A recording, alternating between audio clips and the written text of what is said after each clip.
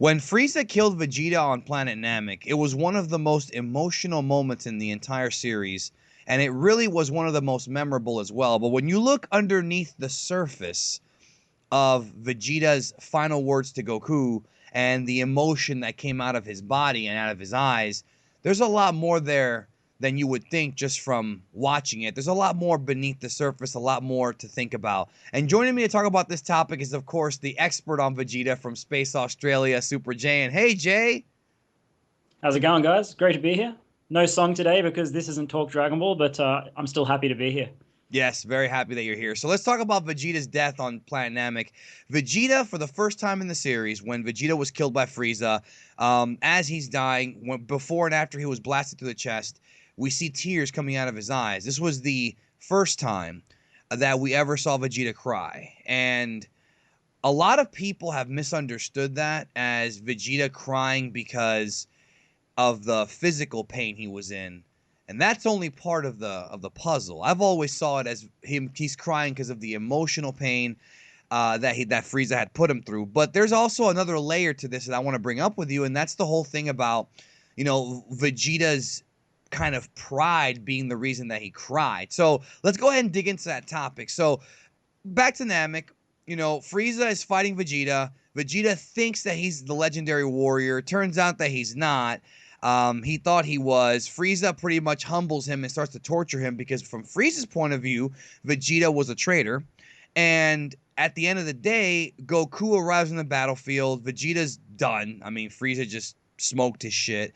And then Vegeta starts to, I guess, pour his heart out to Goku. What was going on right here, Jay? I mean, this whole arc, Vegeta was really about gaining the Dragon Balls for immortality so he could defeat Frieza. So his objective did shift slightly initially from beating Goku temporarily to basically trying to kill Frieza so he could be the supreme ruler of the universe, galaxy, whatever you want to call it. But the thing here is his plans obviously didn't go the way he wanted them to. But there's also another aspect to this. Vegeta progressively got stronger through the Namek arc. He was getting to a new height of power every time we saw him fight. And he knew within himself he was getting stronger and stronger and stronger to the point where when he gets that final boost in power against Frieza, he kind of felt that he could take Frieza on. He felt that he was at a level of power that was high enough to defeat Frieza and obtain his goal, even if it wasn't with the help of immortality. And Kaio-sama really summed it up very well in this scene for me. Vegeta just lost all hope. He knew he was going to die.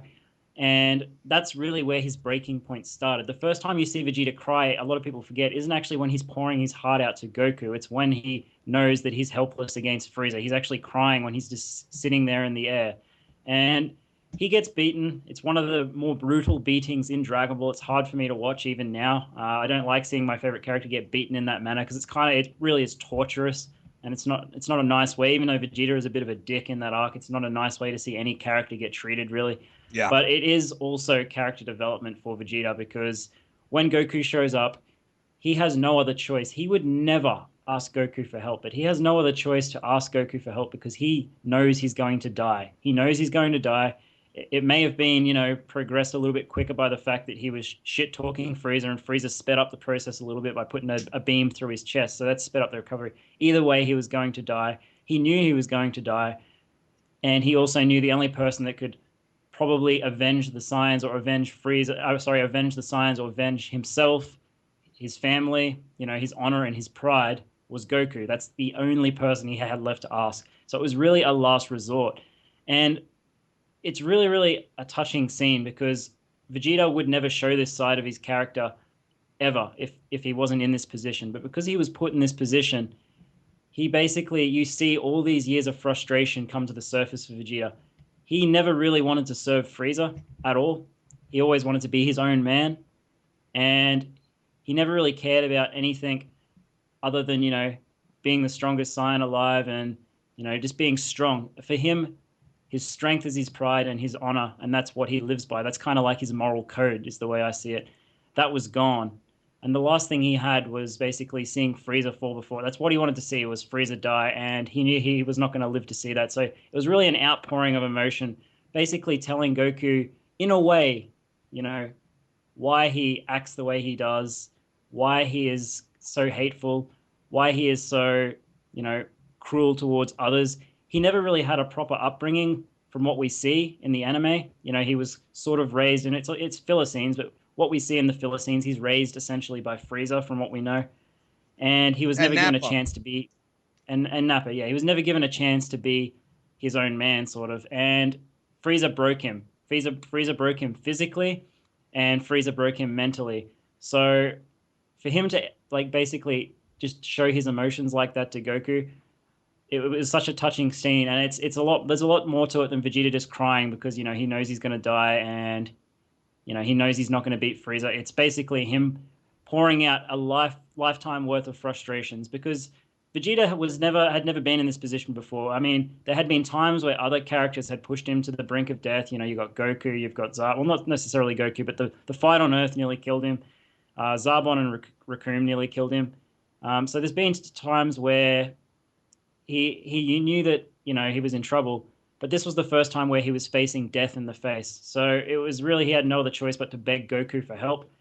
And really, that's where I feel that this scene is so different from any other scene in the series. And I feel like I mentioned, Vegeta had that outpouring of emotion because he had no other choice. He needed to know and let Goku know how important it was to him that Frieza fall or die by the hands of a Saiyan. That's what he Yes, wanted. I was gonna say that, and it's interesting because there's several things going on here. And one thing I will say before we go any further is, and I know I say this a lot, but you need to listen to what I'm about to tell you.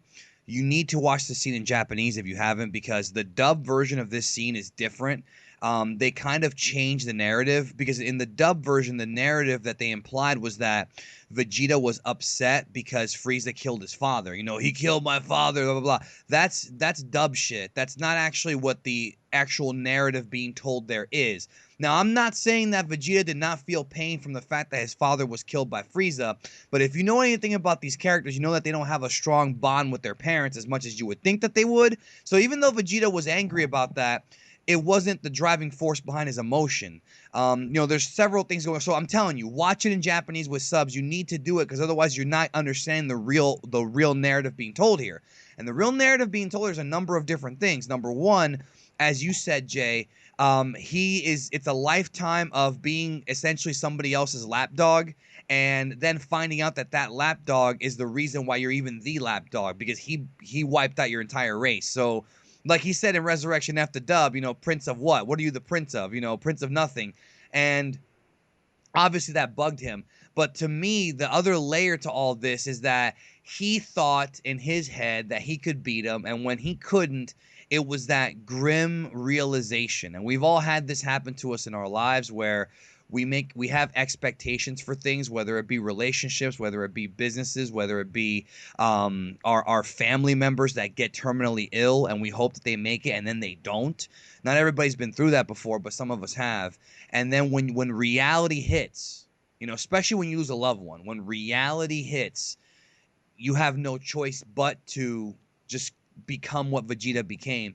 But to me, I think the piece of the puzzle that a lot of fans overlook, and I want to get your thoughts on this before we close out, is that I think that a big reason why he was in tears like that is because he realized that at the end of the day, the only person who could avenge his race, and like you said, Frieza must die at the hands of a Saiyan, Saiyajin, however you want to say it. You know what I'm saying. Space Warrior was gonna be Goku. It had to have been a low class warrior. All your life, you're being built up as being this super elite warrior who is the toughest of his race, and yet when Vegeta first met Goku on Earth, he obviously underestimated him.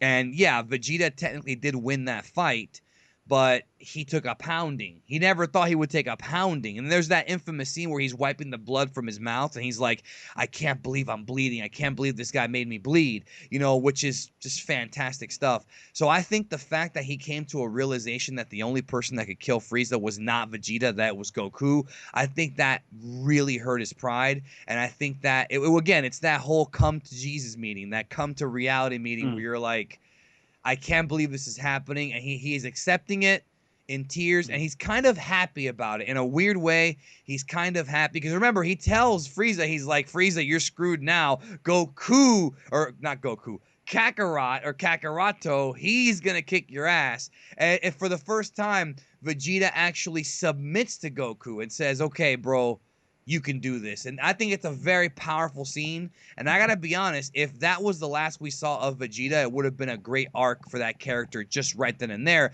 Obviously, there's a bigger arc that was told by Toriyama later on. So how do you feel about that aspect of it with him having to submit to Goku? I think that hurt him. Yeah, but the thing about Vegeta is he had gone through a lifetime of subjugation his entire since he was a child. So he'd been under Frieza's control for a very long time, and it got to a point obviously where he just accepted that he didn't care if he was the one to kill Frieza. It just had to be, like I mentioned, by the hands of a Saiyan. That's all he cared about. He wanted Goku to avenge the race, and Vegeta was never upset about his father. Like we don't know that for a fact, that's shit. It's more of he was upset. He's definitely upset that his race was wiped out. That's one thing, because he is a very prideful man. And there was a filler scene where he said he didn't care about his race, but that was a filler scene. And I don't necessarily buy that, because he is a very prideful man. He's proud in his Saiyan heritage. He's constantly referencing himself in both dubs as the Prince of Saiyans. Yeah. So he is proud of his Saiyan heritage. And he just basically accepted that it had to be a Saiyan that killed Frieza. It did, or defeated Frieza. It didn't matter who it was, even if it was Goku. And it was a very touching scene. I've always said that you could have ended Vegeta's arc there. You could have ended it at the end of the Cell games when he basically his motivation to be a warrior, as Zeon has pointed out in his recent videos, is that his motivation to be a warrior is Goku. And without Goku around, he really has no reason to fight anymore. So that would have been another acceptable way to close his arc. Because Vegeta was no pushover at the end of the Cell arc. He was a strong fighter in his own right. So that would have been a fine way to close his arc out. But I do agree that Vegeta accepting that Goku was better than him at that time, I definitely found that to be a touching moment. But it was more, for me, it was the outpouring of emotions, because it was a lifetime's worth of emotions built up that just came to the surface. And that's what was most touching about that scene for me. It was very powerful. So let's go to the comment section. What do you think about that scene? Where would you rank it as far as powerful moments, not just for Vegeta, but in the whole series? Because I would say that moment, as well as the moment where he's going to sacrifice himself, and of course, my Bulma, but that one was more recent. I would say, and don't forget when he goes ape shit when Trunks dies. That's also another one. I love that moment, and don't forget when he caught Goku in Super. I love that moment as well. Even though it was a smaller thing, it wasn't as emotional as this. But let us know your thoughts below. Thank you again, Jay. Not a problem. Love being a guest on your channel, man. Yes, go sub to Super Jayain and you'll learn a lot more about Vegeta. That's for sure. And let us know below what you think about Vegeta dying and the different layers of this real good topic. Different layers of what was going through his head. Anyways, I'll catch y'all down the road, monkeys.